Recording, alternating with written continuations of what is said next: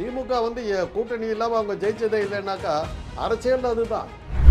11 பிளேயரை வச்சுக்கிட்டு தானே நீ விளையாடின, ஃபுட்பாலில் என்னோட தனியாக விளையாடுவான்னு கேட்டதுலாம் அர்த்தம் இல்லை. சும்மாவே அடித்து துரத்தி சொந்தமே இல்லைங்கிற அளவுக்கு இது பண்ணார், பயந்து ஓடினார். அன்றைக்கி எப்படி ஓடினார்?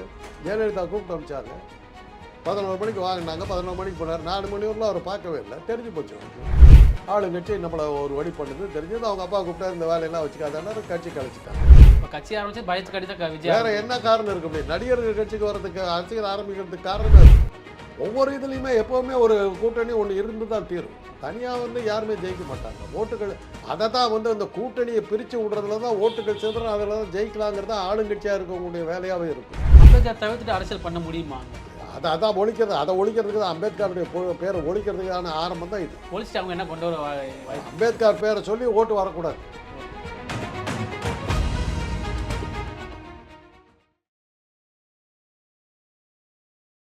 இப்போ திமுக அரசு அவங்களே கூட்டணியில் வந்து அவங்களே விரிசல் உண்டு பண்ணுறாங்களோ. இப்போது தமிழக வாழ்வினை கட்சியோட தலைவர் வேல்முருகனுக்கும் ஸோ எனக்கு தனியாக ஒரு மரியாதை கொடுக்க மாட்டாங்க சொல்கிற நம்ம சொல்கிற கேட்க. கூட்டணின்னு ஒன்று வச்சாலே அதில் வந்து குழப்பங்கள் வரத்தான் செய்யும். அதை நீங்கள் தவிர்க்க முடியாது.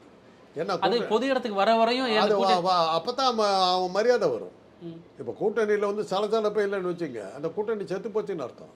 இப்போ வருகிற 2026 தேர்தலில் இப்போ வேல்முருகன் வந்து வேறு கட்சிக்கு இப்போ மாற்று கட்சிக்கு போயிட்டா திமுகவோட வாக்கு சதவீதம் குறைய வாய்ப்பு இருக்கா? இல்லை திருமாவளவன் வெளியே போயிட்டா ஒரு ஓட்டு குறைஞ்சாலும் குறைஞ்சது தாங்க கணக்கு. ஆமாம், அரசியலில் அதுதான் முக்கியம். இவர் வேல்முருகன் வெளியே போகிறதுனால அவருடைய செல்வாக்கு என்ன அவங்கிறது தெரியணும். இல்லை இப்போது மற்ற கட்சிகள் திமுக கூட்டணி வைக்க ஆசைப்படுறாங்க அப்படின்னா இது ஒரு எக்ஸாம்பிள் எடுத்துக்குவாங்களே. இப்போ வேல்முருகனுக்கே இது ஒரு பிரச்சனை நடக்குது, அப்போ நம்ம போனால் இது மாதிரி நடக்கும் அப்படின்னு ஒரு கூட்டணியில் குழப்பம் வரத்தாங்க செய்யும். அப்போ தான் சீட்டு அதிகமாக கேட்க முடியும், பேரம் பேச முடியும். நீங்கள் சொல்கிறதுக்கு நான் ஆமாம் போட்டுக்கிட்டு இருந்தால் நான் என்னது கட்சி நடத்தணும்? உங்கள் கூட கூட்டணி நான் இருக்கிறேன். நீங்கள் சொல்கிறதுக்கெல்லாம் ஆமாம் ஆமான்னுக்கிட்டு இருந்தாக்க அப்புறம் எனக்கு என்ன வேல்யூ இருக்க போகுது? சொன்ன பேச்சை கேட்குறான், சரி கூப்பிட ஹோட்டலில் சொல்லுவாங்க.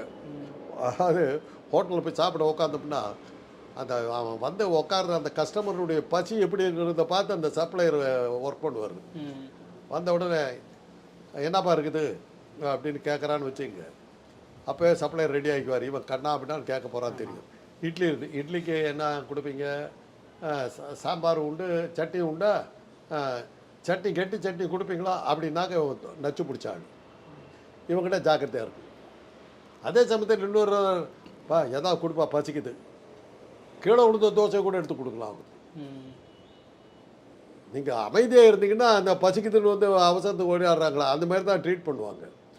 உக்காந்த உடனே வந்து கெட்டி சட்டி இருக்குதான்னு கேட்டாக்கா அவங்க வந்து அடி போடுறாங்கன்னு தெரியும். அதுக்கு தகுந்த மாதிரி தான் கூட்டணி இது பண்ணணும். கூட்டணி வந்து சொல்கிறதெல்லாம் கேட்டுக்கிட்டு போகிறது வந்து கூட்டணி கிடையாது. அதுக்காக கூட்டணி சேர்த்த வேண்டிய அவசியம் இல்லை. தட்டி கேட்க வேண்டிய இடத்துல தட்டி கேட்கணும். அது வந்து இது அந்த மாதிரி தான். அதனால தான் வந்து என்ன கூட்டணியில் ஏன் ஆட்சிக்கு பங்கு கொடுக்க மாட்டேங்கிறாங்கன்னா தலைமை பதவி ஏற்றுக்கிட்டு இருக்கிற அந்த கட்சி தவறுகளையும் இவங்க வந்து ஏற்றுக்க வேண்டியதாக போயிடும். நாளைக்கு இவங்க கட்சி அந்த தவறுகளுக்கு பொறுப்பை எடுக்க வேண்டியதாக போகும். அதனால தான் வேண்டான்னுறாங்க பல பேர். நல்லபடியாக நீ நடந்துக்கிட்டு இருக்கணும், ஓகே. நீ வந்து ஊழல் அது இதுன்னு போயிட்டு இருந்தாக்கா அந்த ஊழல் வந்து எனக்கு சேர்ந்து என் பேர் சேர்ந்து கெட்டு போகும். எலியும் தவளையும் கூட்டு சேர்ந்த மாதிரி இதாகிடும். அதனால தான் கூட்டணியில் வந்து இருக்கும்போது திமுக வந்து 67 57 அவங்க கூட்டணி வைக்கும்போது ஆட்சிக்கு நாங்கள் வந்தால் நாங்கள் தெளிவாக ஆட்சி அமைப்போங்கிற ஒப்பந்தத்தில் தான் அவங்க கூட்டணியை சேர்த்துனாங்க. அதை அக்செப்ட் பண்ணி வந்தவங்கள தான் அவங்க சேர்த்துனாங்க. ராஜாஜிக்கு அதை போட்டாங்க. ராஜாஜி அதில் எது எதிர்பார்க்கலைன்னாக்கா கூட்டணியில் இருந்த ராஜாஜியை கழட்டி விட்டுட்டு பெரியார்கிட்ட போய் நின்ன போது தான் ராஜாஜி நம்மளை விட பயங்கரமான ஆட்கள்ங்கிறது ராஜாஜிக்கு புரிஞ்சுது. அது மாதிரி திமுக வந்து கூட்டணி இல்லாமல் அவங்க ஜெயிச்சதே இல்லைன்னாக்கா அரசியல் அதுதான். 11 பிளேயரை வச்சுக்கிட்டு தானே நீ விளையாடின, ஃபுட்பாலில் என்னோட தனியாக விளையாடுவான்னு கேட்டதெல்லாம் அர்த்தம் இல்லை. டீம் ஒர்க் இருந்தால் தான் நிற்க முடியும். அரசியல் அதெல்லாம் நடந்து தான் ஆகணும். எல்லா நாடுகள்லையும் எல்லா உலகத்துலையும் எல்லா இடத்துலையும். 2வது உலக போரில் என்ன ஆச்சு? 2 கூட்டணி இருந்தது.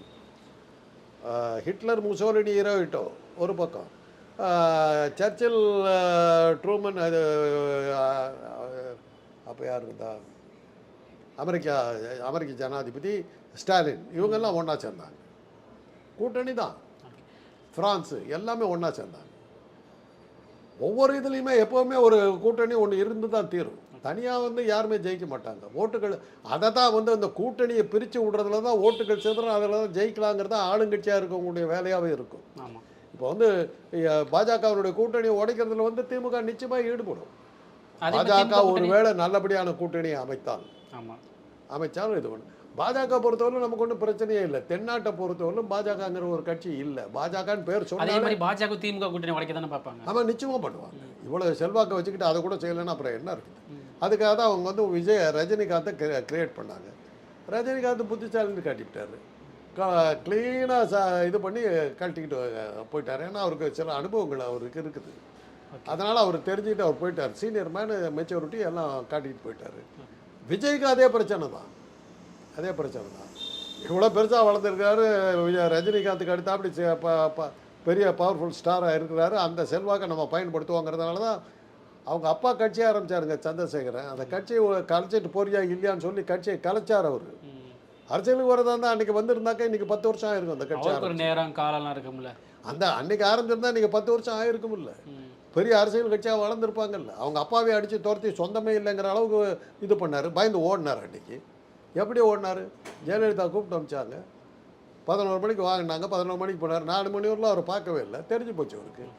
ஆளுங்கட்சி நம்மளை ஒரு வழி பண்ணுதுன்னு தெரிஞ்சது. அவங்க அப்பா கூப்பிட்டாரு, இந்த வேலையெல்லாம் வச்சுக்காதான கட்சி கலைச்சிட்டாங்க. அதே தான் இன்றைக்கி நடந்துருக்குது. கட்சி ஆரம்பிக்கிறியா இல்லைனாங்க. அதே அன்றைக்கி ஓடினவர் அதே பயத்தில் தான் இப்போ திரும்பி வந்திருக்காரு. இதுதான் மக்கள் மத்தியில் பேசப்படுது. இப்போ கட்சி ஆரம்பிச்சு பயத்துக்கு அடித்தான் விஜய். வேறு என்ன காரணம் இருக்க முடியும்? நடிகர்கள் கட்சிக்கு வரதுக்கு, அரசியல் ஆரம்பிக்கிறதுக்கு காரணமே அதுதான். வருகிற 2026 விஜய் ஜெயிக்கணும்னா யாரோட கூட்டணி வைக்கணும்? அவர் கூட்டணியே கிடையாதுங்க. அவர் ஏற்கனவே பாஜகவுடைய பிடிஎம்மாக தாங்க வந்திருக்காரு. இதே தான் அவரே சொல்கிறார். இது மாதிரி தான் திமுக காரங்களாம் இப்படி தான் சொல்லுவாங்கன்னு அவரே சொல்லிட்டாரு. வேற என்ன சொல்ல முடியும்? பி டீம் ஏங்க அம்பேத்கருக்கு புத்தகத்தை வெளியிடுறாங்க. ஆமாம். அந்த அம்பேத்கருடைய புகழை வந்து ஒரு வார்த்தையாவது பேசியிருக்க வேணாம். இப்போ ஒரே நாடு ஒரே தேர்தல் திமுக எதிர்க்க காரணம் என்ன? இதுக்கு எனக்கு அது வந்து புரியலை. ஏன் எதுக்குறேன்? ஏன்னா எங்கள் காலத்தில் 52 தான் முதல் வந்து இந்திய குடியரசான ஒன்று நடந்த முதல் தேர்தல். அன்றைக்கி வந்து நாடு முழுவதும் தான் தேர்தல் நடந்தது. ஒரே நேரத்தில் சட்டமன்றத்துக்கு நடந்தது, நாடாளுமன்றத்துக்கு நடந்தது. 71 வரையிலும் இது தான் நிலைமை. 52 தேர்தல், 57 தேர்தல், 62 தேர்தல், 67 தேர்தல் எல்லாமே ஒரே நாடாளுமன்றத்துக்கும் சட்டமன்றத்துக்கும் ஒரே தேர்தல் தான் நடந்தது. 71 இந்த அவசர நிலை 76 கொண்டு வந்ததுக்கு பிறகு தான் இது மாறிச்சு. சட்டமன்ற தேர்தல் ஒரு பக்கமாகவும் இதெல்லாம் மாறிச்சு. அதையே அப்போ சக்ஸஸ்ஃபுல்லாகவே இருந்தது. அதையே வேண்டான்றாங்கிறதுக்கான காரணம் எனக்கு புரியலை. பாஜகவை வந்து கட்டுக்குள்ளார வைக்கிறதுக்கு அது ஒரு இதாக இருக்குது. தேர்தல் தில்லு முள்ளுகளை நடத்துறது கொஞ்சம் குறைக்க முடியும். இப்போ அதான் நம்ம முதல்வர் ஸ்டாலின் என்ன சொல்லியிருக்காங்கன்னா, பாஜக பெரும்பான்மை தோல்வியை மறைக்கிறதுக்கான தான் இது ஒரு யுக்தியாக ஆயுதம் எடுத்திருக்காங்க. அப்படி நான் பார்க்கல. அது அவருடைய கருத்தாக இருக்கலாம். என்னுடைய கருத்து அது இல்லை. என்னுடைய கருத்து வந்து ஒரே நாடு ஒரே தேர்தலில் வந்து பாஜகவுக்கு செக் வருங்கிறது என்னுடைய அனுமானம். அது தப்பாக கூட இருக்குது. இப்போ பாஜகவுக்கும் அம்பேத்கருக்கு என்ன பிரச்சனை? அவங்களுக்கே அம்பேத்கரை பார்த்தா ஒரு வெறுப்பு மனப்பான்மை இருக்குன்ட்டு எல்லாம் சொல்கிறாங்க. அது என்ன? அந்த புகழை குறைக்கணும்னு நினைக்கிறாங்க. அதை காட்டி ஓட்டு வாங்கக்கூடாதுன்னு நினைக்கிறேன். பட்டியலினத்தை சேர்ந்தவர்களோ பிற்படுத்தப்பட்டவர்களோ யாருமே இருக்கக்கூடாது. சாவர்கார், கோட்ஸே இவங்களும் தான் இருக்கணுங்கிறாங்க. ஏங்க காந்தி படத்துக்கு நெருப்பு வச்சுட்டு கோட்ஸே படத்துக்கு மாலை போடுற கட்சிங்க அது. அந்த கட்சிங்க அவங்கக்கிட்ட போய் அம்பேத்கரை வந்து பாராட்டி பேசணும்னு கேட்டால் எப்படி இருக்கு? அம்பேத்கர் தவிர்த்துட்டு அரசியல் பண்ண முடியுமாங்க? அதான் ஒழிக்கிறதுக்கு தான் அம்பேத்கருடைய பேரை ஒழிக்கிறதுக்கான ஆரம்பம் தான் இது. ஒழிச்சிட்டு அவங்க என்ன கொண்டு வர? அம்பேத்கர் பேரை சொல்லி ஓட்டு வரக்கூடாது. பட்டியலத்துக்காரர்கள் இந்த மரியாதை இருக்கக்கூடாது. அவ்வளோதான். இப்போ அம்பேத்கர் இல்லாட்டினா ஒரு மோடி ஒரு அமித்ஷா வந்திருக்க வாய்ப்பு இல்லை தானே? இவங்களால வர முடியாதுங்க. இவங்க மக்களை பற்றி நல்லதுன்னு நினைக்கணுங்க. அதுவே இல்லையே. சீரியலில் வர்ற வில்லிங்க மாதிரி தானே இருக்காங்க. எப்படா மருமகளை ஒழிக்கலாம்? இப்போ அந்த கதைகள் மாதிரி தானே இருக்குது. மோடியை விடுங்க, அமித்ஷா பண்ணுறதெல்லாம் பார்த்தா அப்படி தான் இருக்குது. மோடி இப்போ வந்து அமித்ஷா தள்ளி விட்டு வேடிக்கை பார்க்குறோம், என்ன நடக்குதுன்னு பார்க்கலாம் அப்படியே வேடிக்கை பார்க்குறோம். அவங்களுக்கு வேறு வழி இல்லைங்க. பதவியில் இருந்தே ஆகணுங்கிற கட்டாயத்துக்கு ஆளாகிட்டாங்க. ஏன்னா சுற்றி எல்லா இடங்கள்லேயும் வந்து அந்த தலைவர்கள்லாம் நாட்டை விட்டு ஓடுறதை நம்ம பார்க்குறோம். ஆமாம்.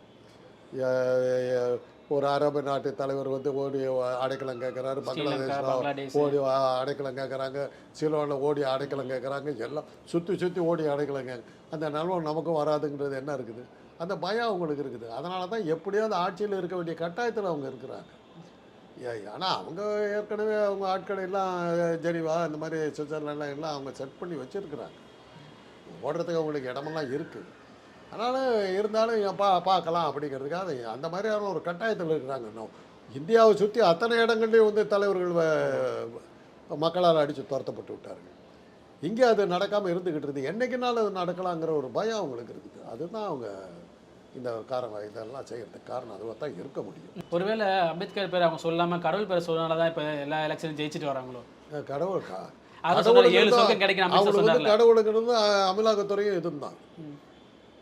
இப்போ ராமர் கோயில் கட்டினாருங்க, அந்த ஊர்லேயே தோற்று போனாங்கிறது. அப்புறம் கடவுள் பேரை சொல்லி என்ன பிரயோஜனம்? ராமனை கடவுளை காட்டி பார்த்தாங்க, நடக்கலையே.